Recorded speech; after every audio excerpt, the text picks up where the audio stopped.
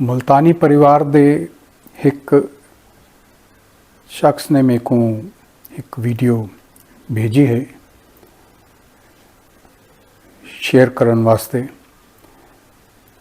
क्योंकि परिवारां दे कोल अज भी पुरानी यादां हैं। पार्टीशन दे टाइम दी जिहड़ी उन्हां दी मैमोरीज हैं वो अज भी दिमाग तो लैंदियां कै नहीं। ते ये वीडियो मैं शेयर पिया करेना ताकि जिहड़े लोगों को पुराने पार्टीशन दे टाइम दे परिवारां ने ते बुजुर्गां ने किवें किवें सिचुएशन को डील किया है उनकी जानकारी नहीं, तो उन्हां वास्ते ये इन्फॉर्मेशन वीडियो है। तो आओ देखते हाँ ये वीडियो ते सुनते हाँ जिंदगी दी आप बीती। मेरा नाम PL मेहता है। पार्टीशन के टाइम पर मेरी उम्र 10.5 साल थी। हम लोग पाकिस्तान में डिस्ट्रिक्ट झेलम के रहने वाले हैं। हमारे गांव का नाम साहूवाल था, जहाँ पर हमारा एक पूरा परिवार जो है 14 फैमिली मेंबर्स रहते थे। हमारे घर में जो एरिया था लगभग 1 एकड़ में, आधे एकड़ में मकान था, आधे एकड़ में अपना गाय भैंस रखने के लिए जगह बनाई गई थी। पार्टीशन होने के बाद में मुझे नहीं पता था कि पार्टीशन में क्या होता है। जब वहाँ पर जुलूस निकला तो मैं भी उनके साथ हो लिया। वो पाकिस्तान जिंदाबाद के नारे लगाते रहे, मैंने भी लगाने शुरू कर दिए। मुझे मालूम नहीं था कि पार्टीशन होता क्या है। लेकिन कुछ समय बाद हमारे पिताजी के मित्र आए। उन्होंने कहा कि जी आप लोगों के ऊपर अटैक हो जाएगा, आसपास के गांव वाले जो है आपसे पैसा भी लूट ले जाएंगे और आपको मार भी देंगे। क्योंकि हमारा परिवार बहुत संपन्न परिवार था।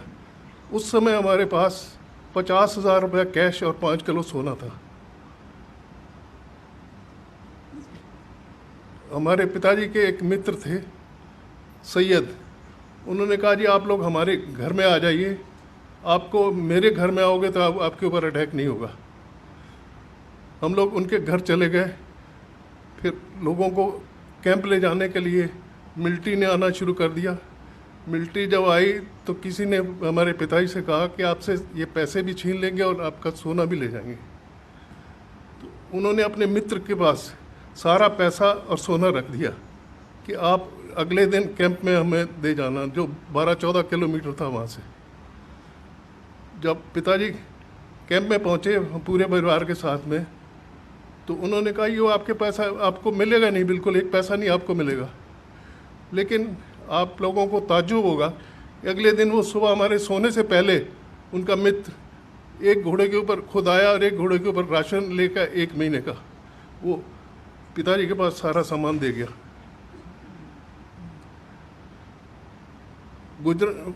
पिंडानन खान में जो कैंप लगा था वहाँ से 3 गाड़ियाँ चली थी। 3 गाड़ियों में पहली गाड़ी सरदारों की थी।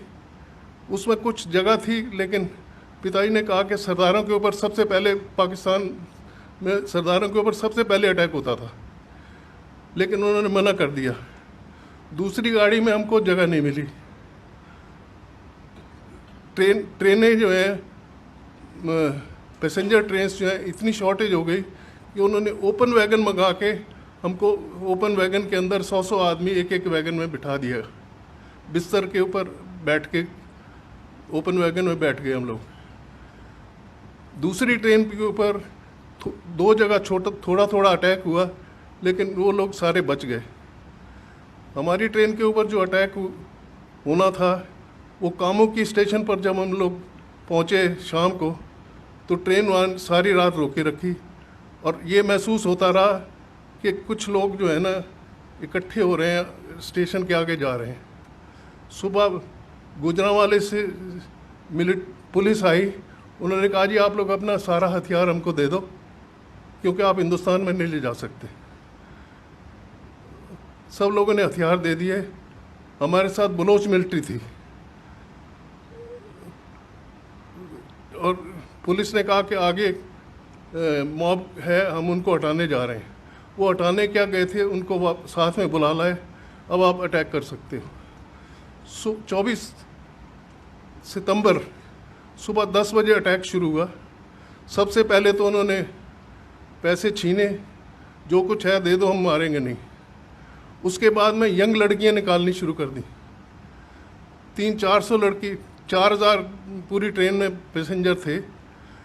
पहले तो उन्होंने 300-400 लड़कियां निकालनी, फिर ऐसा काटना शुरू कर दिया जैसे ओपन वैगन में गन्ना बाहर निकला होता है, उसको जैसे काटते हैं ऐसे इस तरह से तलवार से, लाठियों से मारना शुरू कर दिया।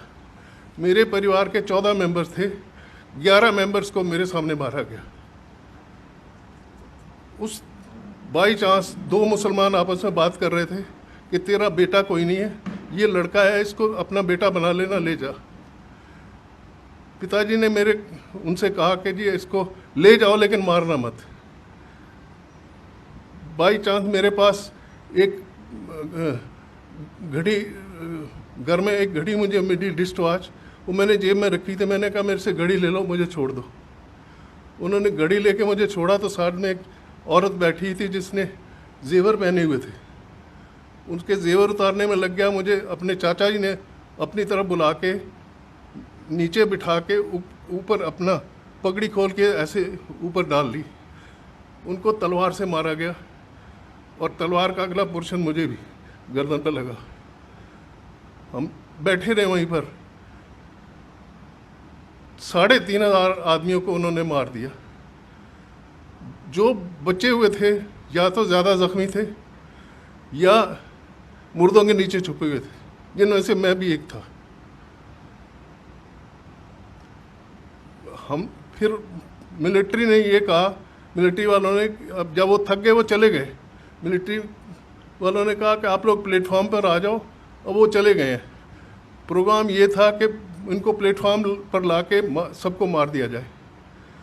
लेकिन हमारी किस्मत कुछ ऐसी अच्छी थी कि हिंदू मिलिट्री का कॉन्वॉय वहाँ से पास हो रहा था। मेन रोड जो थी स्टेशन के साथ में लगी, अटैच थी। कामों की स्टेशन जो है बिल्कुल जीटी रोड के ऊपर था। स्टेशन के ऊपर पुलिस मिलिट्री, हमारी हिंदू मिलिट्री आ गई। उन्होंने जो हमारे साथ बलोच मिलिट्री थी, बलोच मिलिट्री ये काम ये करती थी कि जो यंग लड़का निकल के भागता था वो बलोच मिलिट्री गोली मार देती थी। ये पोजीशन थी हमारे वहाँ पर। उसके बाद हम लोगों को ये कंडीशन लगाई गई कि इनको हॉस्पिटल ले जाओ जितने ज़्यादा ज़ख्मी है या थोड़े बहुत ज़ख्मी हैं। हमें गुजरांवाला हॉस्पिटल में वहाँ से ट्रेन में शिफ्ट कर दिया गया।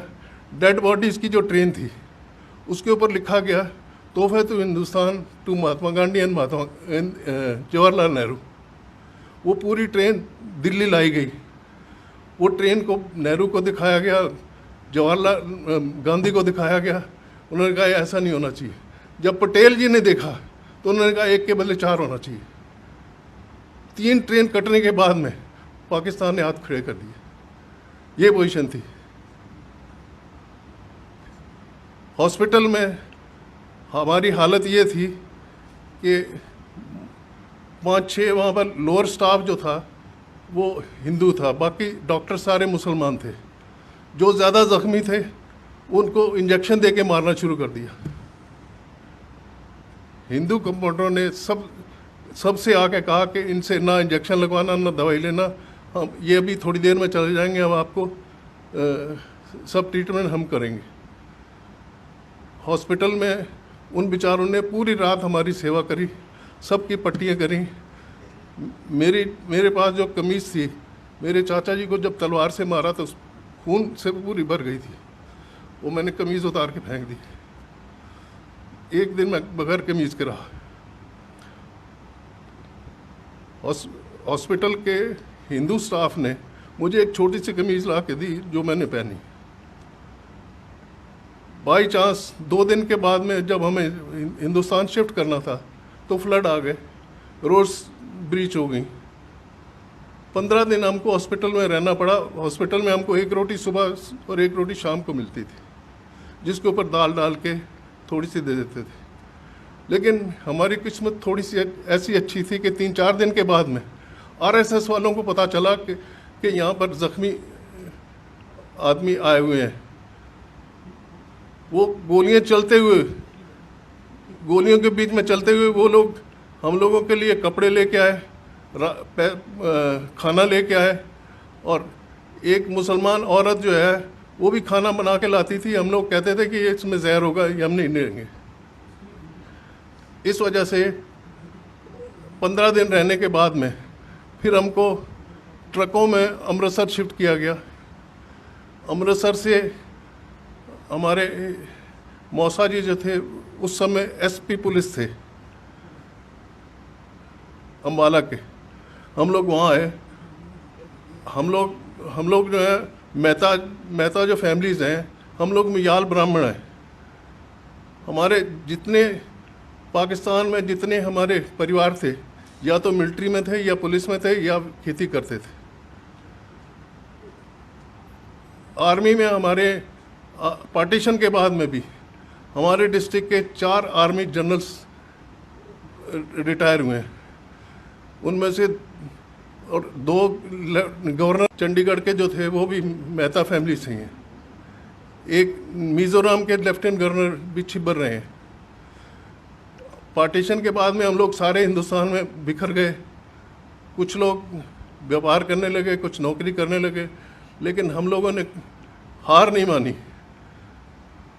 कुछ आप ये देखिए, पार्टीशन के बाद में भी हमारे आर्मी में या इंडस्ट्री में सब लोगों ने बड़ी मेहनत करके, मोहन मेकिन जो है वो भी मुयाल मेहता फैमिली से ही है। सिस्टोपिक एक कंपनी है दवाइयों की, जिनका टर्नओवर करीब 300-350 करोड़ है। उन्होंने प्रोफेसर थे चंडीगढ़ यूनिवर्सिटी में, उन्होंने अपनी कंपनी बना ली, उन्होंने दवाइयों की फैक्ट्री खोल ली। कुछ लोग फिल्म लाइन में चले गए, जैसे कि सुनील दत्त, उनका बेटा, और ओम प्रकाश, अनंत बख्शी, ये सारे मेहता फैमिली से बिलोंग करते हैं। हम लोगों ने यहाँ आने के बाद में किसी के आगे हाथ नहीं फैलाया। मैंने 15 साल की उम्र में कमाना शुरू किया था। आज मेरी उम्र 85 प्लस है और मैं अभी तक अपना बिजनेस हैंडल करता हूँ। और लेकिन पुरानी यादें भुला नहीं सकता। कश्मीर फाइल को देख के मुझे खुद महसूस होता था कि जो उनके साथ हुआ है वो हमारे साथ पहले हुआ था, उनके साथ अब हो रहा है। आप लोगों ने मेरी व्यथा सुनी, उसके लिए धन्यवाद। जो पार्टीशन के 3 आदमियों को मैं जिम्मेदार मानता हूँ, पंडित नेहरू, महात्मा गांधी और जिन्ना। अगर महात्मा गांधी मान लेते कि जिन्ना ने ये सजेस्ट किया था कि 5 साल में 2 साल हमें प्राइम मिनिस्टरशिप दी जाए इंडिया की, 3 साल जवाहरलाल रहे, लेकिन जवाहरलाल नहीं माने थे और उनको सबको मालूम था कि जिन्ना ने 6 महीने या 1 साल के बाद में मर जाना, उसको टीबी थी। ये हालत थी। गवर्नर जनरल उसको बना दिया गया। इंडिया वालों ने पता सबसे बड़ी बेवकूफ़ी जो कि गवर्नर जनरल उन्होंने अब लॉर्ड माउंटबेटन को बना दिया, क्योंकि वो नेहरू के दोस्त थे। ये बहुत सारी ब्लंडर्स ऐसी हुई हैं। जितने हमारे एजुकेशन मिनिस्टर हुए हैं पुराने, सारे मुसलमान रहे हैं। सिर्फ मुसलमानों की उनकी हिस्ट्री जो है उन्होंने रिपीट करी है। हिंदुओं के किसी महाराणा प्रताप या शिवाजी के बारे में किसी ने 2 लाइनें भी नहीं लिखी हैं। ये हमारी भारत की व्यथा है। धन्यवाद।